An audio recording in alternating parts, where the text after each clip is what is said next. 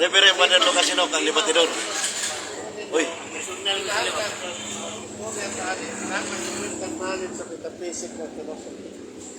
Pader, usa sa branches sa Pilosope, Pader. Pader.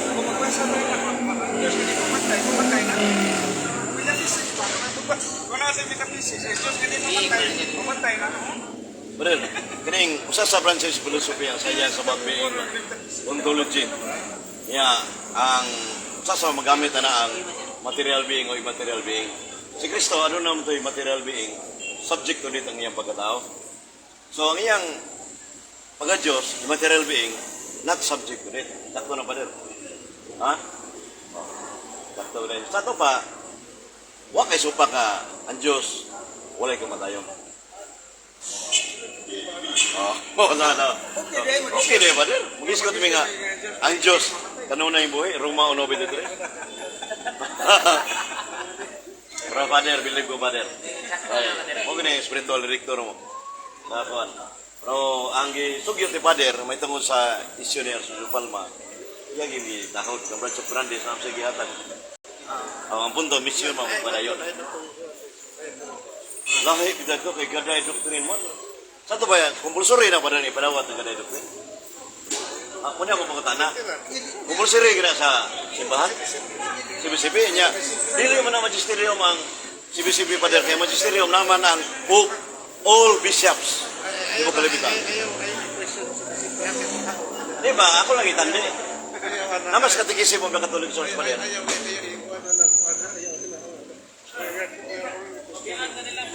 Yan po, Tiro. O, tiga, mutan na ba din? Pero Lucas, o. Ang bidili nito, gatay naman, o. Pag-isgot me, God is forever alive. Pera. Ako na.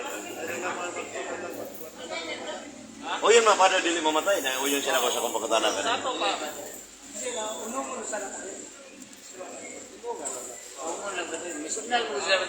Nadaghan kay Pader.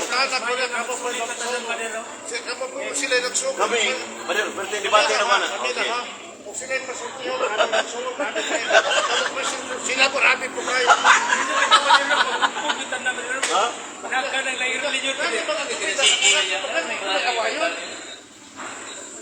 Pero believe me, open-minded ka, Pader. Open-minded ka.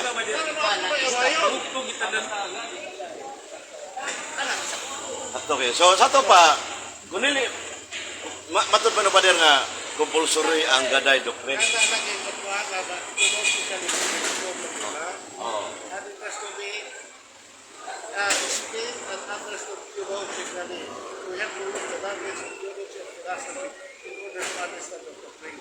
Tinawa na. So, mo kung pagkatana sa branches philosophy nga, o yun si Pader.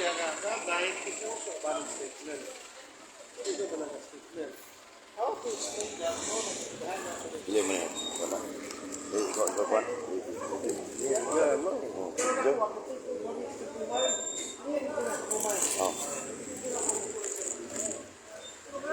Okay na. God is alive. God died. God is alive. Wala mati basa na ito. Pero wala pa din na ang kining na ang sa Sibugron, nabaliw pinapader nga simply God died literal versus God died, God cannot die.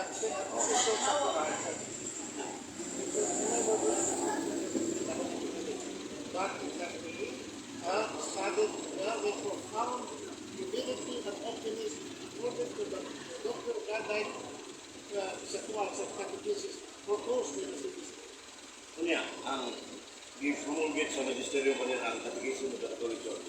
Ni John Paul II with the College of Doctrinal Fiscal. Na naman dito nga, huwag matay mabasa na gaday doctrine. Wag. Yan, ang isang number 86 nyo ang ulong sa Diyos, superior sa magisterium. Pero na number 86 sa CCC, ang naman.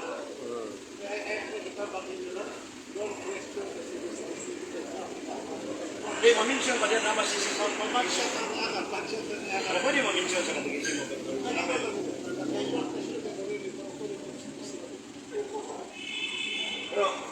Pero, pwede man di pagkutanan mo ka din. Ako pagkutanan niya.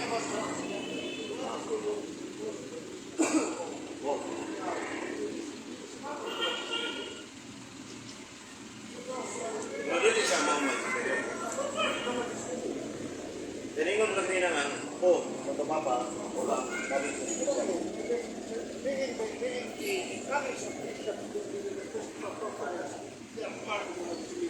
Part of the system. Pero, muna na, ulo mo siya pa rin. Pero, mag-istot lang, na yung mga tanah. Ano ba awayon? Doon ako magpasa. Ano ba awayon? Pero grabe man ang atake sa akong ipidro mga ganyan literal versus God kanatay na tutugin mo pa rin. Gusto mo ito kung ibuhat? Okay ito? Forever debate. Why unong-unong? Wala man may mention ng figurative ba rin? Wala may mention kay gaday literal. Ilan lang ipakapinan ng figurative. Kaya programan naman di man gaday. God kanatay. Oh, gan kanan tayo.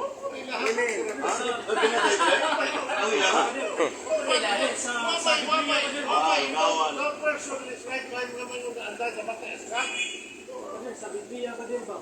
Na, ang kita mo ba sa kanila na Diyos, hindi ito mamatay. Kung hindi mo ba sa kanila mo, ang Diyos na matay. No person, if he is Catholic, in his right mind naman yung namatay. Oh. Pero kada nag-isip ng God died, isip ko doon, because it that needs to be expounded no, on the Tatlo pa sa din. States na siya. Sato pa pa din. Ayaw kinapigurative. Sato pa pa din. Ayaw. Sato pa, ang mga theologian sa ni mahayag ka ng gaday literal. Mga theologian sa mato pa mo. Ano po ang literal? Ang gaday ba? Hindi ko pa literal. Ang mga theologian, di mga man ang Father Francis Biliga sa mga friendly dialogue may nga ang adunay mga pipila ka theologian sa nag-iskutan ng gaday. Sato pa din din ang simbahan. Ay mga pipila theologian. Mata para sa council.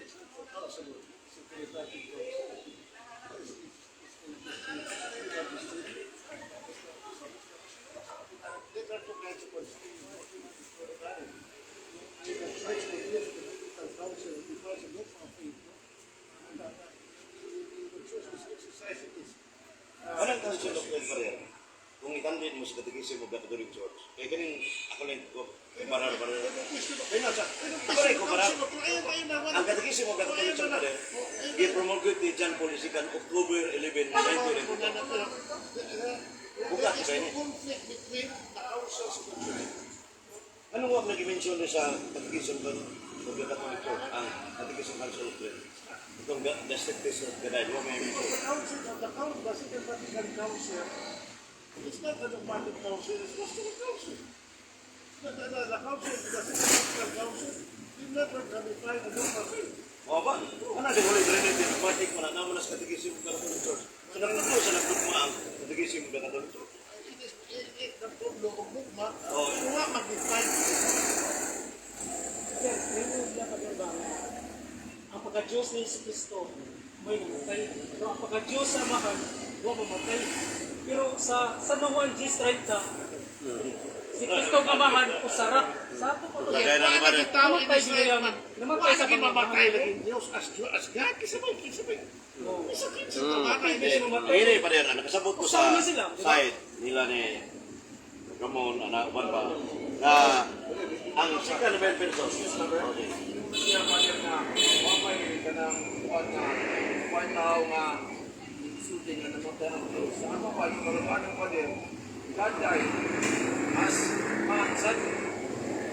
Kung mauna inyong maluganan, mauna sa naamo, mano nagkakit.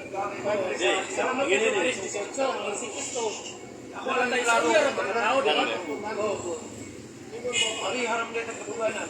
God died for human nature. Ano ba yung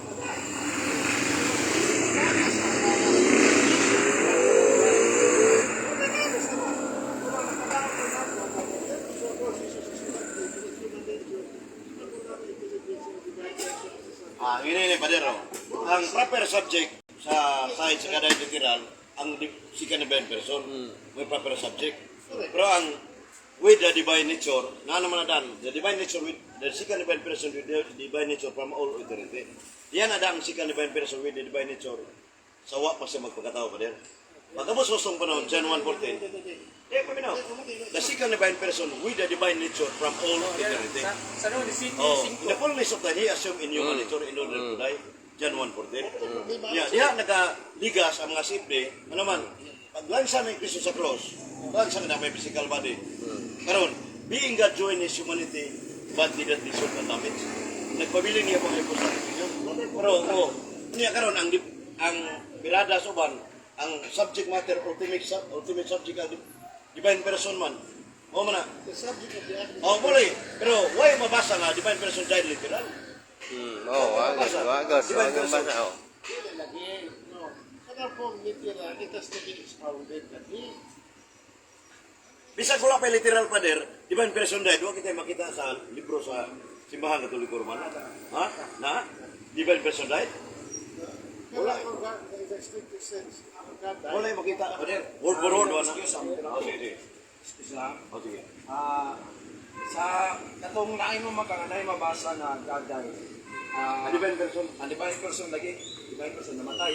Sa ato pa, lakti pa kastilya, ang humanity o divinity namatay yun.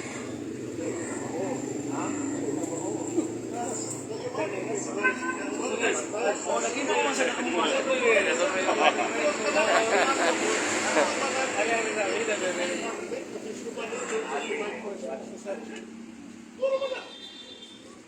Di, Ipredikit, sama. Wala kita. Wa kita dito. It has to be any Grammar man na pader sa 466 sa 66. Grammar na. Pasabol, na-appeal yun ang divinity. Sira ko. Ang divine nature ba? Sira ko. Pare, Pader Lucas. Pader Lucas. Oh. Muna, Pader nga. Forever debate, Pader. Pero magpadayon yun. Wagay ngo nga.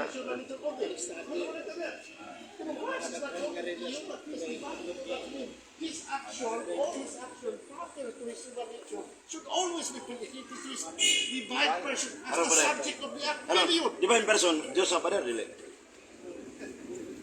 Hey, brother, we are talking about person and nature. Diba? Divine person, Diyos man na. That is an ontological, ontological force. Kailangan kayo mo specific about nature, person.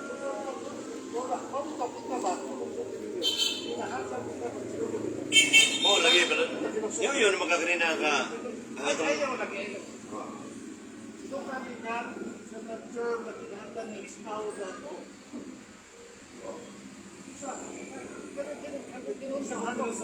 Because our lack of knowledge of philosophy and of metaphysical theology, bakoy dapat dito. sakto yun kay. Kuhan man. Kay, paminaw na kasi Pader. Pader, ang explain ko gamay sa usa sa branches philosophy ang saya sa about being ontology. Nga ang Diyos immaterial being ni. Nato ba immaterial being? Wa ba na problema? Not subject to it. O yun. Wala kita sa akin. Wala problema. Wala problema. Wala problema, Pader. Not as God. Pero why not is contrary to his nature? Oh, sakto kita eh. Kaya ang namatay ang divine person ang divine nature wa. Usa man naka-irehis mo pa din. Hindi na ba? Oh, Nana sa fundamental sa Katolik dogma. ang hindi na ba? Oh, si Kristo namatay. Okay ng termino nga pa din. Christ dead on the cross. Okay ko na. Iyang pagkatao. Oh. Si Kristo namatay. Dogma na 184. Ano kasabot ko ninyo? Sa iyang pagkatao. Pero kung puto bata niya, wala problema. Ano man, si Kristo is not only human. He is a divine person. Oh. Church of Static Union, kinahanglan siya. Again, yes, again.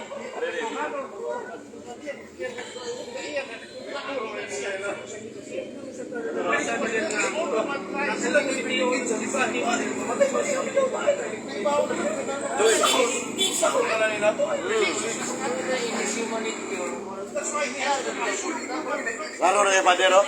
Tawa. Oh, Brad, laro na kayo. Nga, siba, ang Diyos yung mamatay. God ka natay. Nalagi siya. Oh, laro yun.